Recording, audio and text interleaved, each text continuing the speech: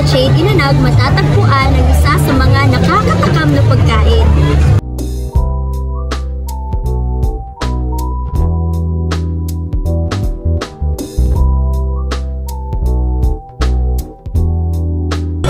Ito ang inihaw na paa ng manok.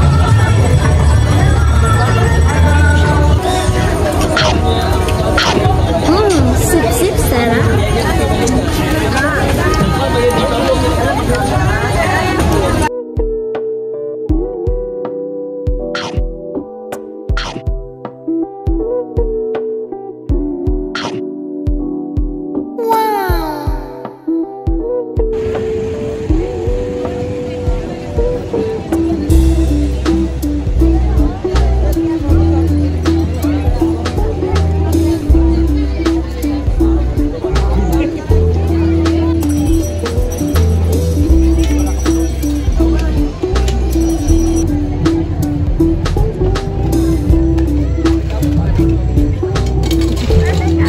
Ay, napag-flip eh. Buwang ka, padakok ka. Okay.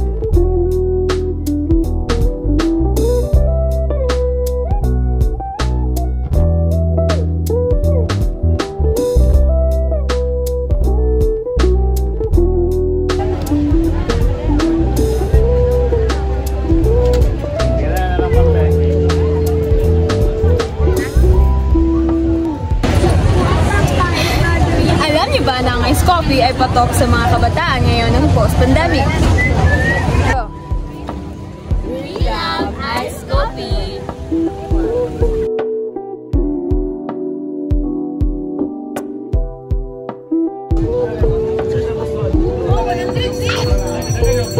Lapin man! Lapin man po! Sige, i-cheers ninyo ni Mariel. Cheers. Bingo. Cheers.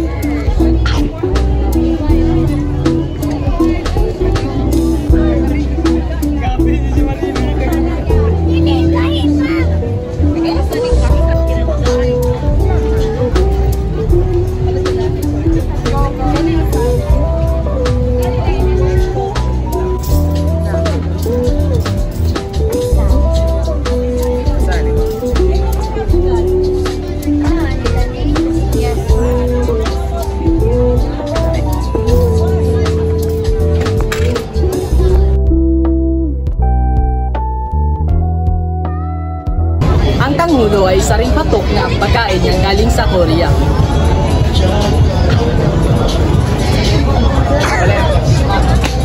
Gaya kayo! Sige, iyan, pag-yummy! Ana!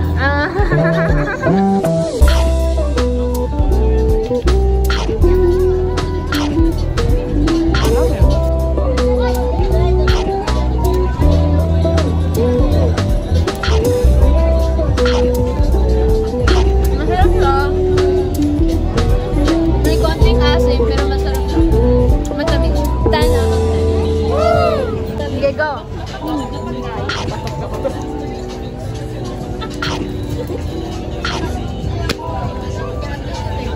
Yummy!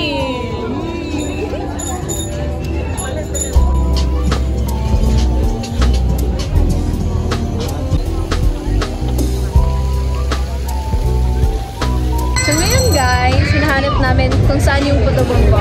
Yes! Kasi yun ang aming last station.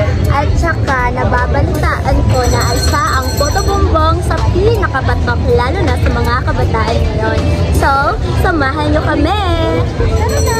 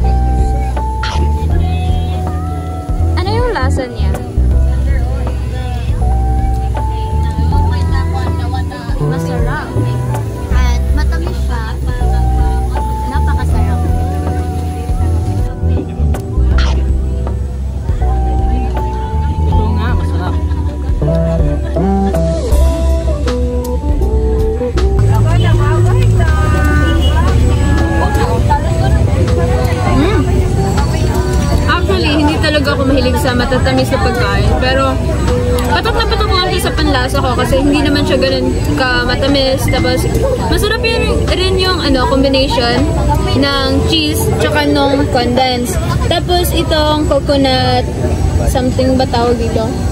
Overall, masarap siya at patok na patok sa panlasa ko.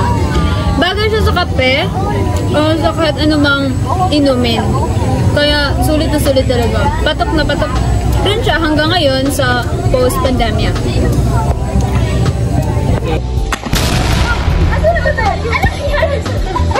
Nawala. Ay, nandito kami sa Central Mindanao University. So, may hinahanap kami na kaibigan dito. Ewan kasi kung asan siya. Wala kasi siya sa camera. Hindi natin mahanap kung sana ba si Aaron. Aaron, asan ka na ba? Kaya, tara, hanapin na natin siya. Let's go. Aaron! Aaron? Aaron? Aaron? Aaron?